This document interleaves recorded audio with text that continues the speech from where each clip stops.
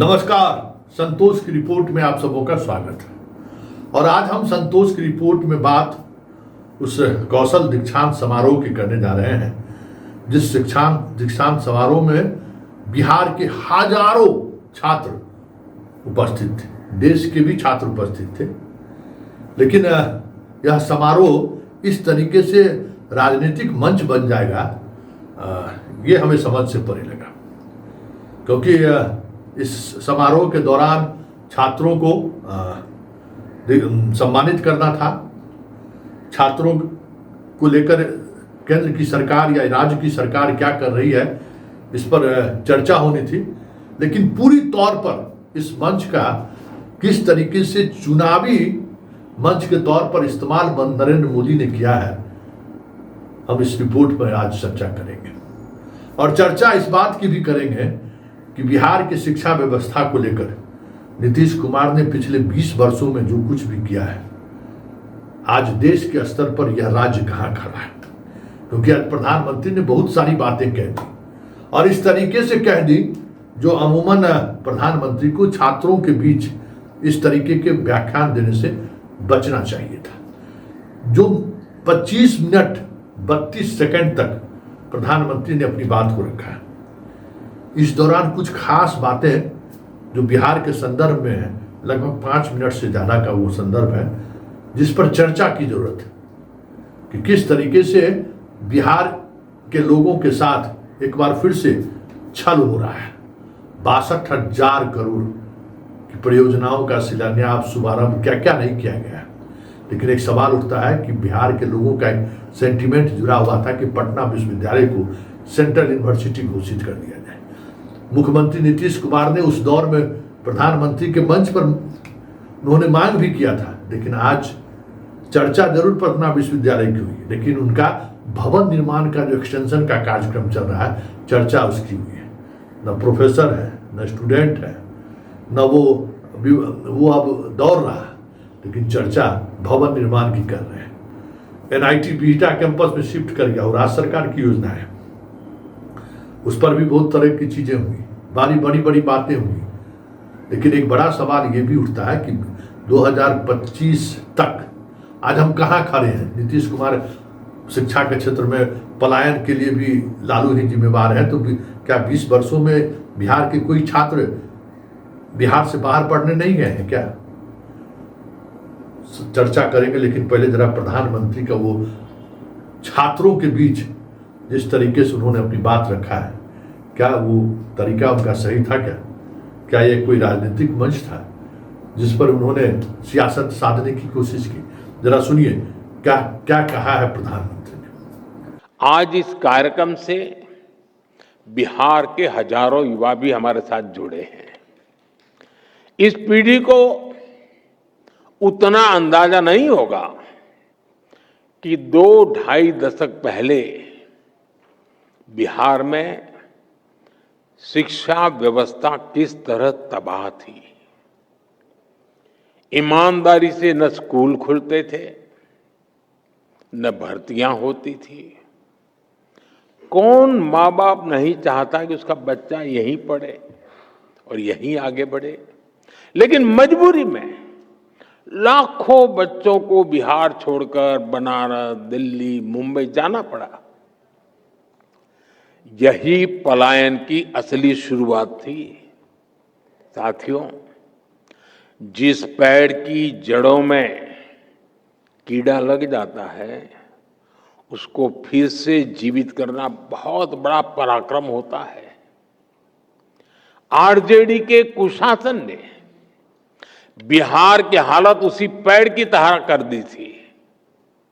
सौभाग्य से बिहार के लोगों ने नीतीश जी को सरकार का दायित्व सौंपा और हम भी सभी साक्षी हैं कि कैसे एनडीए की पूरी टीम मिलकर बिगड़ी हुई व्यवस्थाओं को फिर पटरी पर लाई। आज यहां इस कार्यक्रम में भी हम इसकी एक झलक देख रहे हैं। साथियों, मुझे खुशी है कि आज के कौशल दीक्षांत समारोह में बिहार को एक नई स्किल यूनिवर्सिटी मिली है।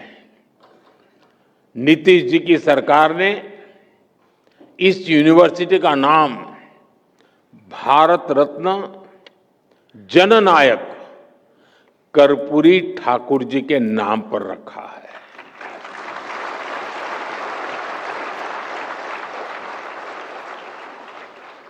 और कर्पूरी ठाकुर जी को जननायक ये सोशल मीडिया की ट्रोल करने वाली टीम ने नहीं बनाया। कर्पूरी ठाकुर को जननायक बिहार के जन जन ने बनाया और उनके जीवन को देख करके बनाया था। और मैं तो बिहार के लोगों को कहूंगा कि जरा चौकन्ने रहिए। ये जननायक पद कर्पूरी ठाकुर से ही शोभायमान है। आजकल लोग ये जननायक की भी चोरी करने में लगे हैं और इसलिए बिहार के लोगों से मैं जागरूक रहने का आग्रह करूंगा कि हमारे कर्पूरी ठाकुर साहब का ये जनता द्वारा दिया गया सम्मान कोई चोरी न कर जाए।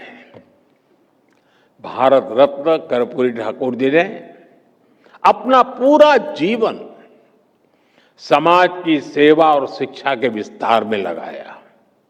उन्होंने हमेशा इस बात पर जोर दिया कि समाज का सबसे कमजोर व्यक्ति भी आगे बढ़े।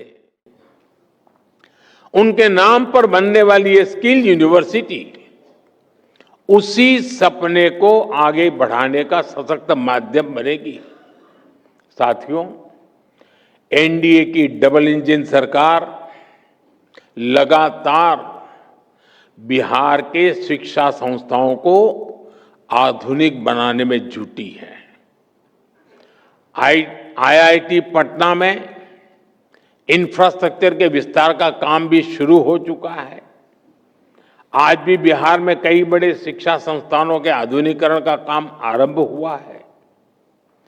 एनआईटी पटना के बिहटा कैंपस को भी अब हमारे होनहार विद्यार्थियों के लिए खोल दिया गया है। इसके अलावा पटना यूनिवर्सिटी, भूपेंद्र मंडल यूनिवर्सिटी, जयप्रकाश विद्यालय, छपरा और नालंदा ओपन यूनिवर्सिटी, इन सभी संस्थानों में नए एकेडमिक इंफ्रास्ट्रक्चर की नींव रखी गई है। साथियों, अच्छे संस्थानों के साथ साथ नीतीश जी की सरकार बिहार के नौजवानों की पढ़ाई का खर्च भी कम कर रही है। उच्च शिक्षा के लिए विद्यार्थियों को फीस की परेशानी ना हो, इसकी भी चिंता की जा रही है। बिहार सरकार स्टूडेंट क्रेडिट कार्ड के माध्यम से बच्चों को उच्च शिक्षा के लिए मदद करती रही है। अब एक और बड़ा निर्णय लिया गया है। इस क्रेडिट कार्ड से मिलने वाले एजुकेशन लोन को इंटरेस्ट फ्री कर दिया गया है, ब्याज मुक्त कर दिया गया है।